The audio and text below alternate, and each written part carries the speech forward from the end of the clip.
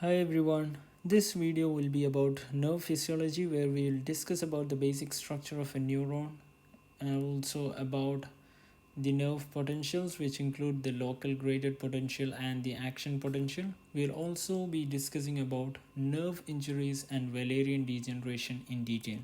So let's get started. Here we have a basic structure of a myelinated neuron. So let's mark the basic parts. Here we have the cell body followed by the long axon. The axon is covered by myelin sheath formed by the Schwann cells and the region between two Schwann cells. This part is known as the nodes of Ranvier. At the end of the nerve or at the end of the neuron, we have the terminal buttons which end at the synaptic knobs, and we know that synapse is the junction between two nerves. When we come to the cell body consists of the nerve nucleus. It consists of mitochondria and the other cell organelles. We also have the Nissen's granules, which are found in the cell body of a neuron. Then we have several branches known by the name of dendrites. Now, depending on the number of branches or depending on the number of axons and dendrites, nerve fibers are classified. That is, they are either classified as unipolar, bipolar, multipolar, or pseudo unipolar. So these are the classification based on the number of axons and dendrites. So that's it. Unipolar means there is one output and one or input. Bipolar means there is one axon and one dendrite. Multipolar means there are multiple dendrites and one axon, whereas pseudo unipolar means there is one input and output with several branches. So that's a classification. Now we look at the structure of a nerve as a whole. Here we have neurons which are shown in red color, and these neurons are nerve fibers. They are covered by the nerve fibers are covered by an entoneurium. So it's a structure which covers the nerve fibers. Now several of these nerve fibers, they are bundled together, and this bundle is covered by an outer perineurium layer. Several of these nerve bundles or nerve fascicles which are covered by perineurium, they are further enclosed under a collagenous connective tissue sheath, and that sheath is known as the epineurium. So just like we discussed in skeletal muscle about endomysium, perimysium and epimysium, the same thing applies to nerve fibers as well. So that's a basic structure about the nerves. Having said that, now we move to the topic of nerve potentials, where we discuss about two types of nerve potentials. That is the local or graded potential, and the other one is the action potential. Now, what is the difference between these two types of potential? What we need to understand is that local potential occurs when a sub-threshold stimulus is applied, whereas action potential occurs when a threshold stimulus is applied. What is meant by threshold and subthreshold? Threshold is the minimum amount of stimulus you need to excite a nerve or activate a nerve. So there is some amount of stimulus which you have to give the nerve to activate. Once you apply that activation, what happens is that the nerve will get activated completely, all the sodium channels, and we'll be discussing next about the changes which occur during the action potential. All of them activated and the nerve gets excited. Whereas when you apply a sub-threshold stimulus, that is a stimulus which is not as great as a threshold but somehow lesser than that, what happens is that there is going to be some changes which occur in the potential of a nerve fiber, but that is not enough to excite the whole of the nerve fiber. Or in other words, there is no conduction or excitation or complete excitation of a nerve under a local potential. So that's the difference between a local potential and an action potential. Now we move on to the phases of action potential. We need to know how action potential is generated in a nerve. What we need to understand about a nerve is that at the resting state, when the membrane is resting, what happens is that there are the sodium potassium pumps present on the membrane of a neuron, and these sodium potential pumps do a function, that is they will pump out 3 sodium ions and they will intake 2 potassium ions. What is the consequence of this activity? What happens is that the outside of a nerve becomes positive, whereas the inside of a nerve becomes relatively negative. In other words, there is an electrical potential difference which has now developed. Now, at the resting state, this electrical potential difference is equivalent to 70 milliwatt. So, inside the membrane, there is a negative potential difference of minus 70 milliwatts, and along with that the membrane of the neurons contain two other important channels. There are actually several channels, but of importance here we have the potassium channel and then we have the sodium channels. So these are two separate channels, and along with that, as we have said earlier, there is the resting sodium potassium pump which pumps out 3 molecules of sodium and intakes 2 potassium molecules, giving rise to a negative minus 70 milliwatts of electric potential inside the nerve fiber. Now, what happens when you apply a threshold stimulus? When you apply a threshold stimulus, what happens is that there is going to be opening of the sodium channels. So some of the sodium channels do get activated, and there will be an influx of sodium channels inside, or there is an influx of sodium molecules, and as a result there will be an increase of potential, or there is an increase of electrical potential from minus 70 to minus 55 millivolts. Once it reaches minus 55 millivolts, what happens is that there is going to be a widespread opening of the sodium channels, and there is going to be an increase in the permeability of sodium to the cell membrane, and this leads to the opening of a large number of sodium channels. What happens? There is going to be a sudden influx, a very rapid influx of the electric potential due to the intake of sodium into the cell membrane, and that will rise the electric potential up to 35 millivolts. Once the positive 35 millivolts occurs, that is due to the rapid sodium efflux, what then happens is that there will be a closure of these sodium channels by the inactivated gates. So this is the inactivation gate of sodium. This inactivated gate of sodium will close the sodium channel, and that will prevent the further influx of sodium into the cell membrane. So that mechanism will be prevented. Along with that, what happens is that now the potassium channel will open, and this time the potassium channel goes outside of the neuron. Unlike the sodium potassium pump, here the mechanism is opposite, that is sodium enters inside the neuron whereas potassium is pumped out. Now the potassium channel goes out, and when the potassium channel goes out, the positivity of the cell will decrease, and we go back into the minus 70 milliwatt. Once it reaches minus 70 milliwatt, what happens is that we'll find that there is going to be a further dip, and it dips up to minus 72 milliwatt. The potential actually decreases even further.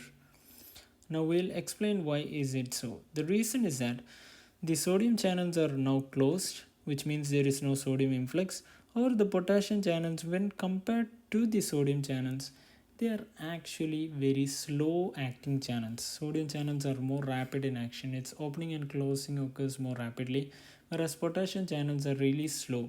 So what happens is that even when the potential reaches minus 70, some of the potassium channels are still open, and as a result the potential will decrease to minus 72 milliwatt.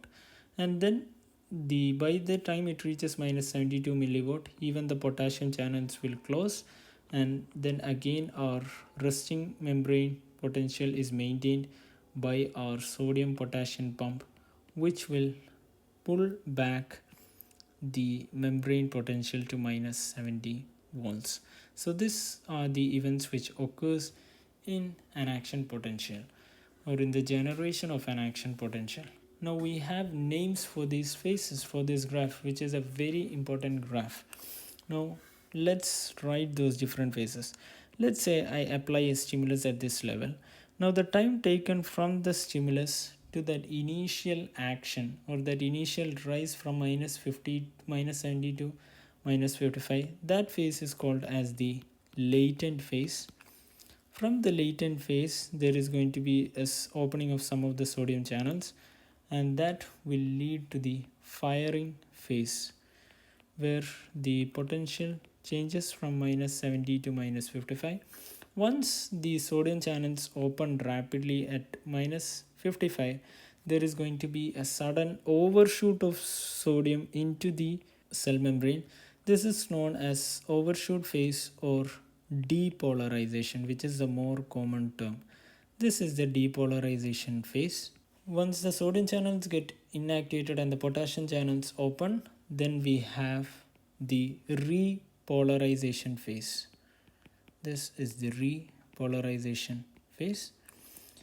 As I have said, the potential does not stop at minus 70. It falls further downwards into minus 72 millivolts, and that further dip is called as two terms, that is either hyperpolarization.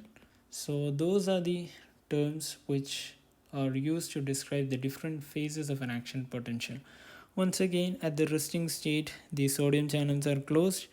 Both the sodium and potassium channels are closed. The resting membrane potential is minus 70 millivolt. Then what happens is that the sodium channels get opened, whereas the potassium channels get closed. And at this stage, the membrane potential rises up to minus 55 millivolts. When minus 55 millivolts occur, what happens is that there is going to be a rapid opening of a large number of sodium channels. The potassium channels still remain closed, and from minus 55 millivolt, the potential will rise, or depolarization occurs up to 35 millivolts. Then the inactivation gate of sodium channels will close the sodium channels. We'll have the opening of potassium channels, and the potential will fall from 35 to 70 millivolt, and even further to a negative 72 millivolts. So these are the changes occurring, and finally both the potassium channels and the sodium channels close. The sodium potassium pump will restore the potential into the resting membrane potential of minus 70 millivolts. So these are the events which are occurring in an action potential when a threshold stimulus is applied. Now two terms which we need to know is that one is the all or none law. What it means is that if the stimulus applied is low or below threshold, the nerve does not react, or nerve does not get excited. Whereas if the stimulus is high or above the threshold, you will have a complete or maximal response of the neuron. There is no in between. So nerve excites to its maximum ability. That's about the all or none law. The next term is the term called as refractory period. Refractive period is defined as the period following action potential during which a nerve fiber will not respond at all to any stimulus. No matter how high the stimulus is, the nerve fiber will not respond at all. And this happens because all the channels of the nerve is involved in the action potential, and there is nothing much to do for a stimulus. Because for example, if we take this phase, if we take the part of depolarization and 1/3 of repolarization. So during that period, that is the time of depolarization plus 1/3 of repolarization. During this period, if we look at it, what we'll find is that all the sodium channels are actually active and they are used up. So no matter how much stimulus you give, there is no more sodium channels to get excited, and as a result you cannot generate another action potential, or you cannot generate an extra response. So that part during which no matter how high you give a threshold, the nerve cannot be stimulated, that part is called as, or that term is called as, the absolute refractory period, because the nerve is absolutely refractory to any threshold. Then from 1/3 of repolarization till the end of repolarization, during that period what happens is that the sodium channels are in that inactive state and the potassium channels are closed. Now at this stage, if you give a supranormal or supra-threshold stimulus, that is a stimulus which is higher than the threshold level, maybe you can generate another action potential. So this period is called as the relative refractory period. That is, a normal stimulus cannot produce an action potential, but the nerve does respond to a supra normal or supra threshold stimulus. So I guess the concept of relative refractory period and absolute refractory period is understood. With that, we now move on to the topic of nerve injury. Now, nerve injury occurs at the level of 4 levels. That is, first one, there is going to be, or a first degree injury to the nerve, where there is going to be only a mild injury where the blood supply is lost to the nerve. So loss of blood supply, which is very mild, and it recovers after a few hours. The injury to the nerve fibers, but the endoneurium is intact. So endoneurium is intact in second degree injury, whereas in the third degree injury, or at the next higher level, the endoneurium which covers the nerve fibers, they get injured. So endoneurium is injured. At the fourth degree, which is at the higher level, what happens is that the arrangement of fascicles which are covered by perineurium, they get injured, or they get disrupted. So fascicles are disrupted, and finally at the highest degree there is going to be a complete transection of the nerve, so which is the most severe form of nerve injury. So these are the 5 degrees of nerve injury. Now we have to discuss what happens when a nerve undergoes injury. Well, this is our normal neuron which I have drawn here. We have discussed the parts and the anatomy in the beginning. Now let's say there is an injury which occurs at this region. What happens is that there are changes which occur anterograde or distal to the injury of axon, and there are changes which occur in a retrograde direction, that is in the backward or opposite direction towards the cell body, or away from the site of injury, or you could say proximal to the site of injury at the axon. So these two changes, the degenerations which occur at these two changes are different. That is, there is a retrograde degeneration and there is a separate andrograde degeneration. The andrograde degeneration is known by the term Wallerian degeneration. So let's say what happens when there is an injury at this level. So in Wallerian degeneration, what happens is that the site that is distal to the axon, it initially swells up. There is a swelling of this region which happens in most injuries due to inflammation. And then what happens is that the myelin sheath, they will actually disintegrate. So the myelin sheath will disintegrate into cholesterol droplets, and this will attract the macrophages into the area, and the macrophages will digest these cholesterol esters and myelin sheath. So these are some of the changes which occur in Wallerian degeneration. And after further time, what happens is that the Schwann cells will again proliferate, and they will fill up the neurolemmal sheath and give rise to regeneration. However, when we come to the retrograde part, what happens is that just like in the andrograde part, there is going to be swelling of the axons. Along with that, their axons will also retract. So there is going to be an axonal retraction.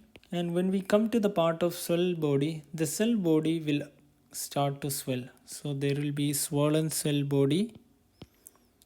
And what about the cell organelles? The cell nucleus and cell organelles, they will all disintegrate. So the features in the cell body are, the first one is the cell body gets swollen.